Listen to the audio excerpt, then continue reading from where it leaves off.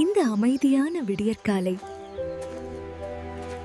ஒரு புதிய நாளின் மென்மையான தொடக்கம். கோக்கரக்கோ, கிராமம் எழுந்திருக்க நேரம் வந்துடுச்சு. ஒவ்வொரு காலையும்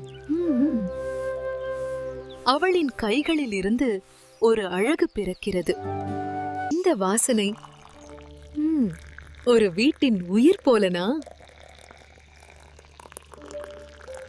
பக்தியோடு தொடங்கும் நாள் அந்த மனசுக்கு ஒரு அமைதி தருது. தூக்கம் இன்னும் கண்களில் இருந்தாலும் கனவுகள் மட்டும் விழித்திருக்குது. இந்த மண்ணோட உறவு அவர்களின் வாழ்வின் அடையாளம்.